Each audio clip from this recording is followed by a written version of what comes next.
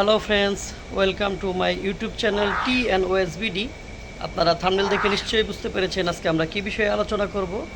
তো হ্যাঁ, আমরা আজকে আপনাদের সাথে আলোচনা করব আমাদের খামারের পাখিগুলো থেকে 37 দিন বয়স থেকে কিভাবে আমরা ডিম পাওয়া শুরু করেছি, কিভাবে আমরা আমাদের পশু পাখিগুলোকে লালন পালন করেছি এবং কিভাবে আমরা এই দ্রুত সময়ের মধ্যে ডিম পেলাম। তবে মূল ভিডিওতে যাওয়ার আগে আপনাদের কাছে অবশ্যই আমি একটি সুপারিশ করব, আপনারা যারা এখনও আমার চ্যানেলটি সাবস্ক্রাইব করেন নাই তারা সাবস্ক্রাইব করে বেল আইকন চেপে দিবেন, যেন আমরা এই ধরনের ভিডিও দিলে সর্বপ্রথম চলে যায় তা আপনার কাছে। তো আসেন আমরা কথা না বাড়িয়ে মূল আলোচনায় ফিরে যাই।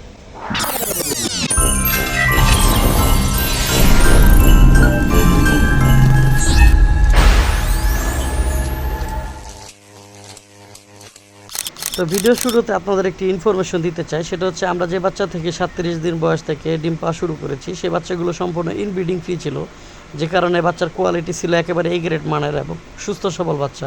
স্ক্রিনে নিশ্চয়ই দেখতে পাচ্ছেন যে বাচ্চার কোয়ালিটিটা কীরকম। তো যাই হোক, আমরা মূলত 7 দিন পর্যন্ত বোর্ডিং করি এবং বোর্ডিং চলাকালীন অবস্থায় আমরা ব্রয়লার স্টার্টারকে পাউডার করে খেতে দিই এবং প্রতি 100 পিস বাচ্চার জন্য আমরা একটি করে খাবারের পাত্র এবং একটি করে এরকম পানির পাত্র দিই এবং পর্যাপ্ত পরিমাণ আলোর ব্যবস্থা করি। অন্যান্য খামারে যেটা হয় যে আপনার রাত্রে 8টা বা 10টা পরে খামারে বাতি বন্ধ করে দেয়, কিন্তু আমাদের খামারে আমরা ভিন্ন রকমভাবে আমরা পাখি পালন করেছি। সেটা হলো আমাদের খামারে কখন আমরা আলো বন্ধ করে দিইনি, মানে সকালে থেকে সন্ধ্যা পর্যন্ত প্রাকৃতিকভাবে যে আলো বাতাসটা পায় সেটা আছে এবং সন্ধ্যার পরে আমরা লাইট জ্বালিয়ে দিতাম বা বিকেল দিকে লাইট জ্বালিয়ে দিতাম। এটা সারা রাত্র লাইট চলতো এবং সকালবেলা দেখা গেছে আমরা 8টা-9টার দিকে সেই বৈদ্যুতিক বাল্ব আমরা অফ করে দিতাম। তো এইভাবে যখন বাচ্চাগুলো বড় হতে থাকে, দেখতেই পাচ্ছেন স্ক্রিনে আমাদের বাচ্চাগুলো কত দ্রুত বড় হচ্ছে। তো আমরা 10 দিন পরে চটে সালা পরিবর্তন করে আমরা ধানের তুষ দিয়ে দিই এবং পর্যাপ্ত পরিমাণ জায়গা করে দিই এবং খাবার পানি পাত্র বদলাইয়ে দিই, যেখানে পর্যাপ্ত পরিমাণ খাবার এবং পানি মজুদ থাকে এবং ওরা স্বাচ্ছন্দ্যে খাইতে পারে। আমরা দেখা গেছে খাবার একবার সকালে দিলে আবার রাত্রে একবার দিলেই হয়ে যায়, কারণ ওদের পরিমাণ অনুযায়ী খাবার পাত্র পানি পাত্র পর্যাপ্ত পরিমাণ ছিল, জায়গাও পর্যাপ্ত পরিমাণ ছিল, যে কারণে একটা পরিবর্তন হয়ে যায় এবং দ্রুত সময়ে ওদের গ্রোথ চলে আসে।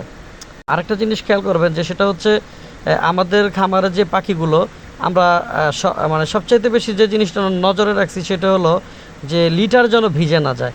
লিটার যদি ভিজে যায় বা লিটার থেকে যদি আপনার গ্যাস হয়, তখন সেক্ষেত্রে কিন্তু পাখির যে স্বাভাবিক ওজন বৃদ্ধিটা হওয়ার কথা সেই ওজন বৃদ্ধিটা কিন্তু হয় না।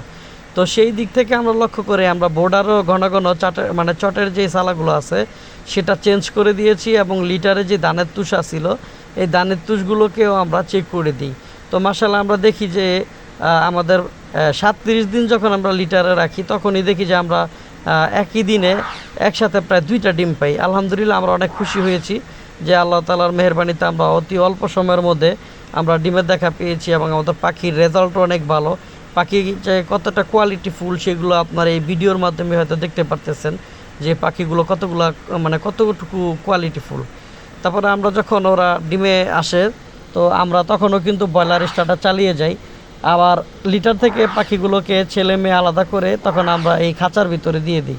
কারণ খাঁচাতে পাখি পালন করলে হয়েছে কি যে অল্প জায়গাতে অনেক পাখি পালন করা যায় এবং পাখি যদি ডিম পারে সেই ডিমগুলো কিন্তু নষ্ট হয়ে যায় না, মানে পায়খানা লেগে ডিমের কোয়ালিটি নষ্ট হয়ে যাওয়া বা ডিম দেখতে অসৌন্দর্য হয়ে যাওয়া, এই জিনিসগুলো থেকে আপনার ভালো হয় খাঁচাতে পাখি পালন করলে।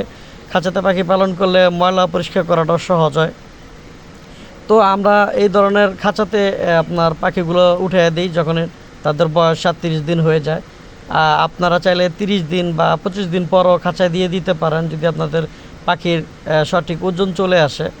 তো আমরা এখানে দেওয়ার পরে প্রতিদিন আমাদের 2টা একটা করে আবার ডিম বাড়তে বাড়তে মূলত আমাদের 45 থেকে 50 দিনের মধ্যে আমাদের এখানে প্রায় 80 থেকে 85% ডিমে চলে আসে।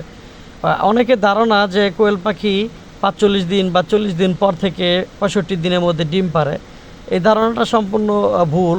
আপনাদের পাখির যদি ওজন ঠিক থাকে, যদি আপনার পাখির ওজন 150 থেকে 170-80 এই ধরনের ওজন চলে আসে, তখনই কিন্তু দেখবেন যে পাখি ডিমের জন্য লায়ক হয়ে গেছে। যদি আপনি 2 মাস 3 মাস ধরে পাখি পালন করতেছেন কিন্তু আপনার পাখির ওজন হয় নাই, অর্থাৎ 150 গ্রাম প্লাস হয় নাই, তাহলে কিন্তু আপনার পাখি ডিম পারবে না। এটুকু অন্তত আপনার মাথায় রাখতে হবে। তো আমাদের পাখিগুলো এত তাড়াতাড়ি ডিম পাড়ার মূলত কারণই হচ্ছে এটা যে পর্যাপ্ত পরিমাণ আলো বাতাস পাইছে, পর্যাপ্ত পরিমাণ খাবার পানি পাইছে এবং আমরা প্রথম 10 দিন পর্যন্ত ব্রয়লার স্টার্টারকে একবারে পাউডার করে খাওয়াইছি এবং একেবারে 50% ডিম পাড়া পর্যন্ত ব্রয়লার স্টার্টার আমরা চালিয়ে গেছি। 50% ডিম আসার পরে আমরা 10% করে লেয়ার ওয়ানটা খাওয়াইয়া পরে আমরা 10 দিনের মধ্যে আমরা পরিপূর্ণ খাবারের গ্রুপটা চেঞ্জ করে দিই।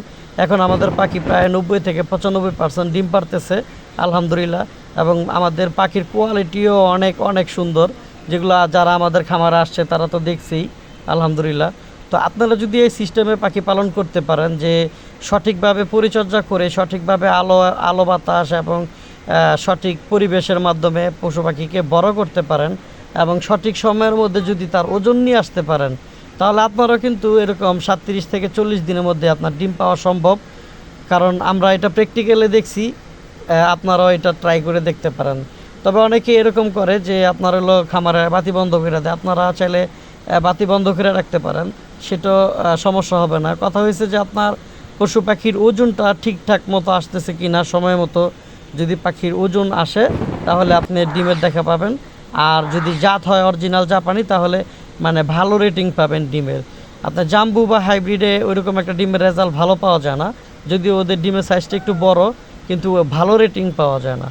তো এই হচ্ছে আজকে আমার ভিডিওর মূল মানে উদ্দেশ্য এবং লক্ষ্য, যে আমরা কিভাবে 37 দিন বয়স থেকে ডিমের দেখা পেলাম সেই বিষয়ে আমরা আলোচনা করলাম।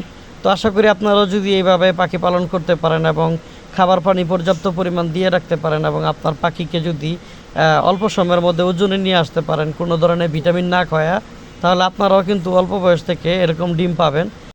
তো আজকের ভিডিও এ পর্যন্তই। ভিডিও থেকে বিদায় নেওয়ার আগে আপনাদের কাছে আবার আমি সুপারিশ করতেছি, যারা আমার চ্যানেলটি এখনও সাবস্ক্রাইব করেন নাই তারা আমার চ্যানেলটি অবশ্যই সাবস্ক্রাইব করে দিবেন, তাহলে আমাদের সাথে আপনারা যুক্ত থাকতে পারবেন এবং এই ধরনের চমৎকার ভিডিওগুলো আপনারা দেখতে পারবেন। ভালো থাকেন, সুস্থ থাকেন, ভালো খান, সুস্থ থাকুন, ভালো থাকুন, ভালো রাখুন। আসসালামু আলাইকুম ওয়া রাহমাতুল্লাহি ওয়া বারাকাতুহু।